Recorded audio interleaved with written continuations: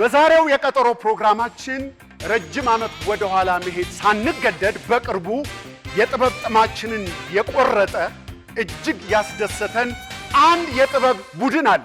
እንደሚታወቀው ቃና ቴሌቪዥን ለኢትዮጵያ ካስተዋወቀው አንድ ባህል ተከታታይ ድራማዎችን በየሳምንቱ እየጠበቅን የምናያቸውን በየቀኑ በብዙ አማራጭ መጀመሩ ነው።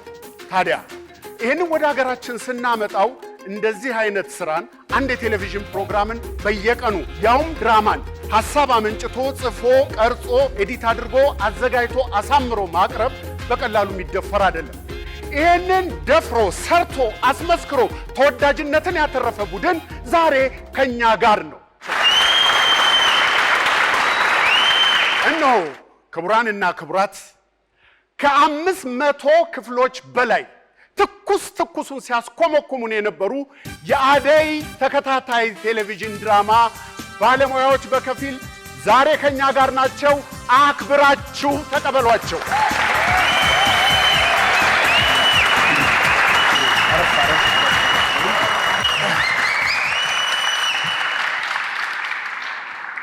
እጅግ በጣም እናመሰግናለን። ቀረ የምትሉት ነገር ካለ ብትጨምሩልኝ ደስ ይለኛል። ከዚህ ቢጀመር ከመጀመሪያው ብንጀምር እጅግ በጣም አድርገን እናመሰግናለን። ወደ ዋናው ጉዳያችን ስንገባ ሰው መሆን ይስማው ሶሚክ እንግዲህ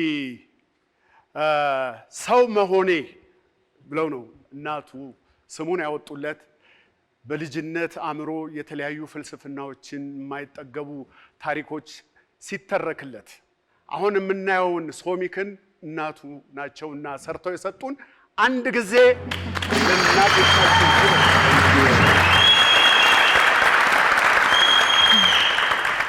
እና ሶሚክም የምናገረውን ታሪክ ሌላ ሙያ አላውቅም ፊልም ነው የማውቀው ብሎ ሙሉ ነገሩን ሁሉ ለፊልም አሳልፎ ሰጥቷል።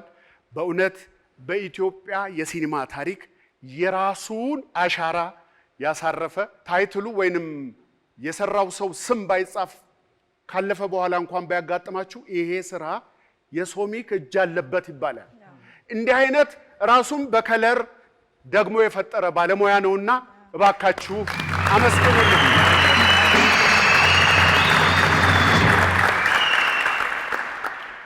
ለሰጠህን እያንዳንዱ ነገር እናመሰግናለን። በእኛ ዘመን ትይዩ በመሆንም እጅግ በጣም እንኮራለን። ምክንያቱም አደይን ስናይ ይሄ ነገር አዳፕት ተደርጓል ነው አይደለም ብለን እስክንጠራጠር ድረስ በጣም ትልቅ ስራ ነው። ይህን ሁሉ ክሩ በየቀኑ ልክ የፋብሪካ ያህል በሁለት ፈረቃ ተከፍሎ የማምረት ያህልን በድፍረት ሰርተ ያሳየህን አንተ ነህና እጅግ አድርገን እናመሰግናለን።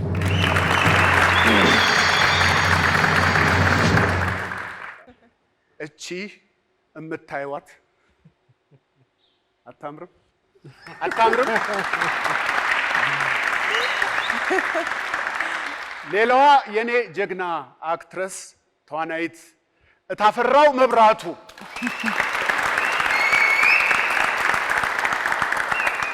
በመድረክ ቲያትር፣ በፊልም፣ በትረካ ደግሞ አሁን ማንጎራጎር እኔ ሰምቼ አላቅም። እንግዲህ ብሔራዊ ቲያትር አብረን ሰርተናል። እስካሁን ድረስ መድረክ ላይ አንድ ላይ ቆመን ሰርተን አናውቅም። ለምን እንደሆነ በዚሁ ትናገራለች። ለምን እንደተጠየፈች አስቡ። ሌላው ያለፍኩት ሶሚክን የሚያህል ዳይሬክተር እኔን የሚያክል ተዋናይ አልተገናኘንም። ምን አስቦ ነው? ምን አስቦ ነው? አዎ ይሄንን እናወራዋለን። መቼም እቱ ሁሉ ነገርሽን ለትወና የሰጠሽ ነሽና አሁን ደግሞ እየባሰብሽ ነው የመጣው። ለሁሉም ነገር ሳሰስቺ ትወና ማለት ደግነት ነው። ሳሰስቺ ሽርፍራፊ ስሜቶችን ጭምር እንዲህ ጥፍርን የሚነኩ ስሜቶችን አጋብተሽብናልና እጅግ በጣም አመሰግንሻለሁ፣ እወድሻለሁ፣ አከብርሻለሁ። ሰለሞን ተስፋዬ በርካታ ስራዎችን ሰርቷል። ወደ መጨረሻ አካባቢ ምን ልታዘዝ ላይ ነበር የምናውቀው። ወደ አደይ ሲመጣ ሌላ ጺም ሌላ ገጽታ ይዞ ሌላ ተወዳጅ አባትን ይዞ ነው የመጣውና በርካታ የቲያትር የፊልም የሬዲዮ ድራማ በርካታ ስራዎችን የሰራ ነውና ሶል ዛሬ የቀጠሮ ፕሮግራም እንግዳችን ስለሆንክ እጅግ አድርገን እናመሰግናለን። ሰርኪ ወደ አንቺ እንደምመጣ ገብቶሻል ፈገግታሽ። እንግዲህ ሰርካለም ጌታው ከኔ ጋር አንድ ሲን ተገናኝተናል። በጣም አመሰግንሻለሁ።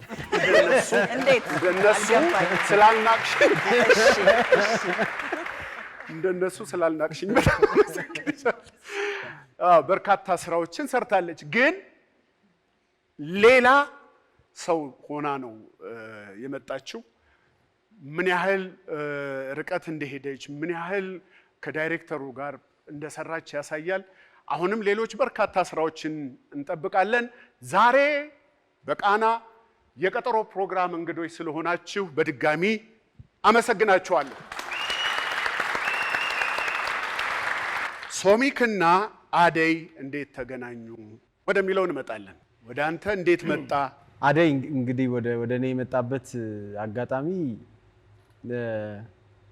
መጀመሪያ ዴስቲቪ ከመከፈቱ አቦል የዴስቲቪ ቻናል የሆነው አቦል ከመከፈቱ በፊት ኮንተንቶች እየወሰዱ ነበር ስቶሪ ያላቸውን ሰዎች እና አንድ ስቶሪ ጠይቁኛል።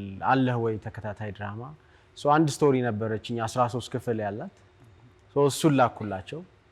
እሱን እያዩ አይ ቲንክ አፕሩቭ አድርጉት ፈለጉት። ደን ሲቪህን ላካሉ። ምንድነው መልቲ ቾይስ ሄድኩላቸው። አፕሩቭ ማድረግ ነበረበት። ሳውዝ አፍሪካ ተልኮ እሱን ሲቪ ላኩ። ሲያዩ አንድ ፊልሜ አልተጠቀሰም ነበር እዛ ውስጥ። አንድ ሰውነቷ የሚል መጨረሻ የሰራሁት ፊልም እዛ ውስጥ አልገባም እና ዴስቲቪ ቻናል ዳይሬክተሯ ለምንድነው ሰርኬ ትባላለች፣ ለምንድነው ያልገባው? እሱን ላስገባው አለችኝ። አስገቢው አልኳት። እሱን አስገብታ ላከችው። ደን በጣም በሚገርም ሁኔታ አደይ ለሌላ ፕሮዳክሽን ሃውስ ተሰጥቶ ዝግጅት ላይ ነበር። ያንን ፊልም አዩት፣ ሰውነቷን አዩ። ደን ሚቲንግ እንፈልጋለን አሉ ከኔ ጋር። ለመጀመሪያ ጊዜ ነው ኦንላይን ከፈረንጆቹ ጋር ሚቲንግ አደረኩ። ፊልሙን በጣም እንደወደዱት ነገሩኝ። የፕሮዳክሽን አቅሜን ጠየቁ፣ አወራዋቸው። ደን እሺ እናመሰግናለን አሉ። ኔክስት ዴይ ኢሜይል ላኩልኝ ማለት ነው። አንድ ትልቅ ቴሌኖቬላ አለን አቦልን የምናስጀምርበት፣ እሱን አብረህን መስራት ትችላለህ ያሉ። በደስታ አልኳቸው። ስክሪፕት ላኩልኝ 250 ኤፒሶድ ስክሪፕት በእንግሊዝኛ የተጻፈ ነግረውኛል። ኢሜይሉ ላይ በደንብ ኤክስፕሌን ያደርግ ነበር። ቁጭ ያሰብኩ ትንሽ ማድረግ እንችላለን የሚል እንትን አሳደርኩ። በቃ መጣ ሰራ ነው ማለት ነው። ምክንያቱም ለመወሰን የሆነ ልምድ እንታከካለን ብዙዎቻችን። ሞክሬው አላውቅም ባይሆንስ የሚል ነገር መወሰንህ መድፈርህ በጣም ደስ ብሎኛል። ምክንያቱም ተሰርቶ አያውቅም። በተከታታይ በየቀኑ ኃላፊነቱን መውሰድ ያን ሁሉ ሰው እና ቴሌቪዥንም ሰርቼ አላውቅም ነበር መጀመሪያ ነው። ለመጀመሪያ ጊዜ በዚህ ኃይል መምጣት እጅግ በጣም የሚገርም ነው። እንግዲህ አዳፕት ተደርጓል። ከሌላ ኦሪጂናል ስራ ነው የመጣው። ወደኛ ባህል የማምጣቱ ነገርስ በጣም አንዱ ከባዱ ነገር እሱ ነበር። በእርግጥ ዩጋንዳ፣ አይ ቲንክ ታንዛኒያ እና ሌላ አንድ ሀገር ይሰራ ነበር። ኬንያ ተሰርቷል። እኛ ሀገር ሲመጣ እንደነሱ አይደለም። በጣም ለአፍሪካ በጣም የሚመች አይነት ስቶሪ ነው። ግን ህንዶች፣ እንግሊዞች ጽሁፍ ውስጥ ነበሩበት። ያው ቴሌኖቬላ ስለሆነ ትንሽ ሜሎድራማቲክ ነው ምናምን። አዳፕት ሲደረግ እኛ ምን ወሰንን፣ ትንሽ ለፊልም የሚቀርብ ነገር በጣም ደግሞ ቴሌኖቬላ ሆኖ አለ አይደል፣ ይሄ ሶፕ ኦፕራ አይነት ታይፕ እንዳይኖረው ፈርተናል። ቢኮዝ የኛ ኦዲየንስ እንደ ሌሎቹ አፍሪካ ሀገር አይደለም፣ በጣም በሳል ነው። የበረታ ኦዲየንስ ነው ያለን። ስለዚህ ጥሩ ራይተሮች መፈለግ ነበረብኝ። ያኔ ነው ከነ ሚካኤል ሚሊዮን ጋር ሚኪ ደግሞ ይሄ ኢትዮጵያዊ ነገር ላይ በደንብ ጠንከር ያለ አተያይ ስላለው ለነሱ ራይቲንጉን አውትሶርስ አደረኩ ማለት ነው። አንዱ መወደው ነገር እሱ ነው። አውትሶርስ እያደረጉ ያካፈሉ ስራ መስራት ብዙ ነገር ያስተካክላል። ራይቲንጉን ለነሱ ሰጠናቸው። ዲስከስ እያደረግን እየሰራን በጣም ጥሩ አዳፕት ተደረገ ማለት ነው። የሚገርም ነው። ብዙዎቹ አሁን እኛ ስናየው ለመጀመሪያ ጊዜ እኛው ጽፈን ሰርተን ያዘጋጀነው ነው እንጂ ያኛውን የሚያስታውስ ምንም ነገር የለውም። እውነት አሁን የሆኑ ሲኖች አሉ። እውነት ይህንን እነሱ እንዴት አልፈውታል? ለምሳሌ አደይ የፈተና ውጤቷን ለማሳየት ስትገባ ሲኒ ጠጥተው እያዩ የምትደፋው ሲን በደንብ ተጠቀሚበት እንዳያመልጥሽ። ጓዳሽንም ማየት ታርጊበት። አይዞሽ እናቴ ሰበር ምን አባቱ እና ያ የዛሩ እንትን እነሱ እንዴት አልፈውት ይሆን ብዬ ሌሎቹ ሀገሮች እንዴት አልፈውት ይሆን? ይሄ በጣም የራስን ባህል በጥልቀት ማወቅን ይጠይቃል። እሱ አዳብ ቅድም እንዳልከው እናቴ አሁን እሱን ሲን እሷ ሲን ኤግዛክትሊ እሷ ሲን እኔ ነኝ የኔ ሀሳብ ነች አዳፕት ሲደረግ አስታውሳለሁ። እንግዲህ በጣም ተወልጄ ያደኩበት ሰፈር ይሄ ሎው ክላስ የሚባለው አይነት ሰፈር ነውና ይሰባሰቡና ቡና እየጠጡ ቤት ትዝ ይለኛል ልጆች ሆኑ ያዩ ሲኒ አንቺ ደስ ሊልሽ ነው የሆነ ነገር እንደዚህ በእጁ የቋጠረ ሰውዬ እየመጣ ነው ምናምን ይባባላሉ። መንገድ የሆነ ነገር አለ ምናምን ይባባላሉ እና አይ ኖ ኢትስ ኖት ዴር ግን ተስፋ እየተሰጣጡ እንደሆነ ይገባኝ ነበር እና እሱን ነበር አዳፕት ያደረግነው ሰራ ማለት ነው። እንግዲህ ይሄ ሀሳብ ቅድም ካነሳ ነው ከእናት ግብአት ጀምረን ብዙ ጊዜ ደግሞ ፊልሞቼ ላይ ጭስ ይታያል እና ያ ደግሞ ከአካባቢ ነው። ለልጆች ለወጣቶች ወደዚህ ሙያ ለሚመጡ ነገሮችን በዝርዝር የማየትን ጥቅም ያንን ክህሎት ከልጅነት የሚሰራ ነውና አንዳንዴ ተሰጥቶም ላይሆን ይችላል። ግን ደግሞ እንዲህ አይነት ነገሮችን በጥልቀት ማየት ለእንደዚህ አይነት ነገር ያበቃል ማለት ነው። ያንን ቱባ ባህል ማግኘቱ አዳፕት ለማድረግ በጣም አግዟል ማለት ነው። ወደ ሲኒማውም ሲመጣ ያንን ነገር ነው ያየነው። እጅግ በጣም እናመሰግናለን። ያለነው በዛሬን ከቃና በቀጠሮ ፕሮግራማችን ነው። አሁንም ፕሮግራማችን ይቀጥላል። አሁንም አብራችሁን ሁኑ።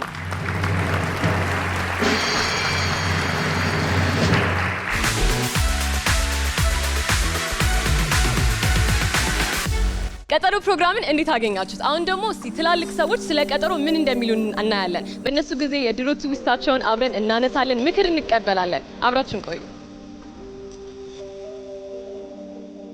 እሺ ራስዎትን ያስተዋውቁልኝ። እሺ ሰናይት እባላለሁ። እሺ ሰናይት ቆንጆ ስም ነው በጣም። እሺ አንድ ምክር መጠየቅ ይቻላል?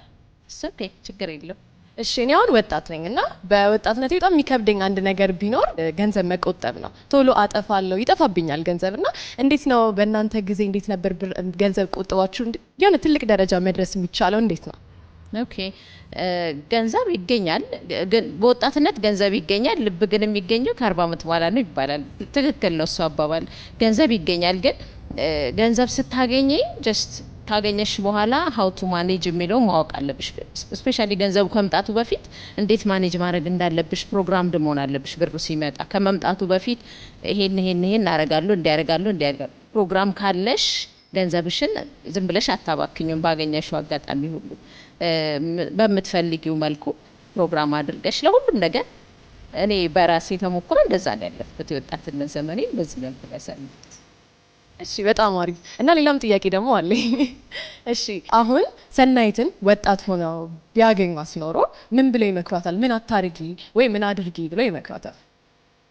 አዎ በወጣትነት ያው ብዙ ሚስ የምታረጊያቸው ነገሮች አሉ። ዛሬ ላይ ያንን ወጣትነት ባገኘው ወደ ኋላ ቢመለስ ያባከንኳቸው ጊዜያቶቼ በአግባቡ ተጠቀምባቸው ነበረ ብዙ ነገሮችን ማለት ነው።